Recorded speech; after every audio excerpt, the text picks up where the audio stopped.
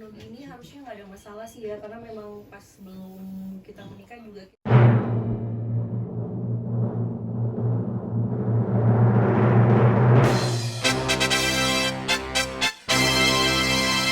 mengajukan gugatan apa dari Teguh dulu? kalau alasannya mungkin udah pada tahu ya, nggak perlu diulangin lagi ya. Udah sering juga saya curhat di podcast gitu, udah pasti karena sudah tidak ada kecocokan karena perselingkuhan. Kak Dewi, selain gugatan cerai ada gugatan yang lain nggak Kak Dewi? Kalau itu kasih saya tahu bang. Belum sih. Belum. Kita masih konsul. Hak asuh anak atau gonogi ini Kak? Harta gonogi ini harusnya nggak ada masalah sih ya, karena memang pas belum kita menikah juga kita udah ada surat perjanjian pisah harta sih. Hak asuh anak? Hak asuh anak, nah itu belum diomongin, mungkin nanti biar Bang Minola yang lebih ngerti ya. Kak Dewi mau nanya, ini kan dalam kondisi hamil menggugat cerai suami ya, terus gimana sih nanti perjuangan kedepannya setelah melahirkan atau mungkin nanti akan comeback ke dunia entertainment kah atau seperti apa gitu perjuangannya?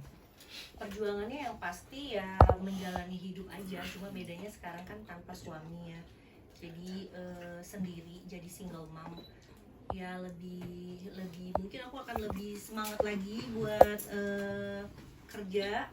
Kalau di entertain ya masih, karena itu tidak mempengaruhi aku bercerai atau tidak sih, karena memang itu udah pekerjaan aku kan ya. Tapi bakal kepikiran nggak sih Kak? Itu nggak Andre ketika nanti lahiran atau seperti apa kebijakannya dari Aku sih pengennya sama Andrew tuh benar-benar baik-baik aja pisahnya, semuanya kita selesaikan baik-baik. Jadi nanti urusan anak dari sekarang juga aku tidak melarang sih.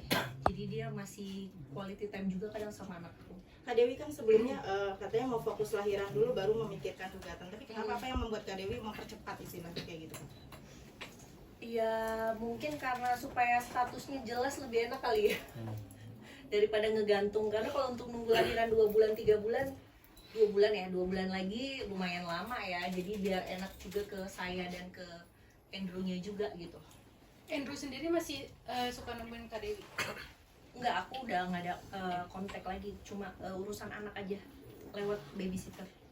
Kalau untuk nafkah sendiri kan mungkin masih suka ngasih juga atau gimana sih? Apa emang benar-benar udah stop sejak ketahuan? Karena nggak ada komunikasi, jadi saya nggak ada ngobrolin soal nafkah juga sih.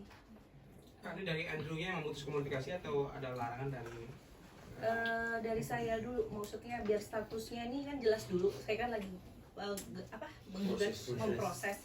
Jadi supaya fokus, nggak ada pikiran untuk apa ya? Kalau misalnya banyak masukan gitu kan pusing ya. Jadi aku cut dulu aja sampai ada statusnya benar-benar jelas gitu.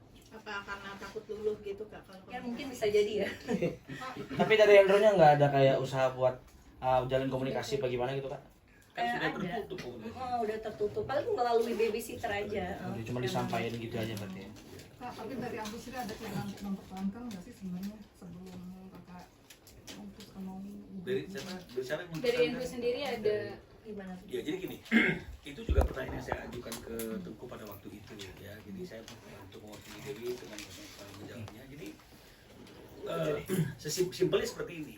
Kalau memang misalnya Andrew itu menghormati perkawinannya dengan Tengku Dewi dan betul-betul ingin menjaga agar rumah tangga itu tetap berjalan dengan baik, harusnya Andrew tidak melakukan apa yang dia lakukan hari ini.